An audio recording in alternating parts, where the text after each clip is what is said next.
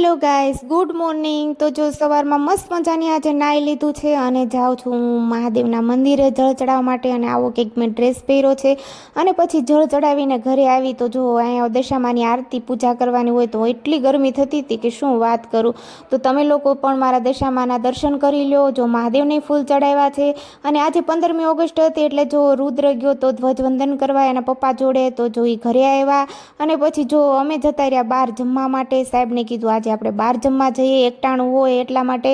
તો જો રુદ્રએ મસ્ત મજાનું મંચુરિયન મગાવી લીધું છે। રુદ્ર કે મારે કાંઈ રોટી શાક ખાવું નથી, તો રુદ્રએ મંચુરિયન મગાવ્યું અને મેં ને સાહેબે જો પંજાબી મગાવ્યું છે। તો એક સબ્જી મગાવી છે, રોટી મગાવી છે, છાશ ને એવું કંઈક વગેરે વગેરે મગાવ્યું હતું। તો જમવાની ખૂબ મજા આવી ગઈ। પછી જમીને જો અહીંયા મસ્ત મજાના હિંચકા હતા તો હું ને રુદ્ર હિંચકા ખાવા બેસી ગયા અને લઈ લીધો તો મુખવાસ। તો મુખવાસ ખાતા ખાતા અમે મા દીકરો હિંચકા ખાતા હતા। અને પછી જો ઘરે આવી અને થોડીક વાર સૂઈ ગયા હતા તો સાહેબ માટે ચા મૂકી દીધી।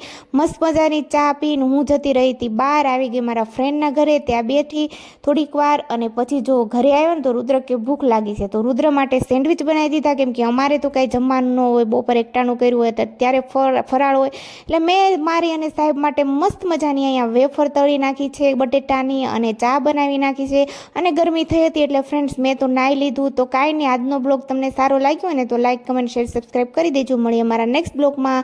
હર હર મહાદેવ, જય દશામાં, બાય ફ્રેન્ડ્સ।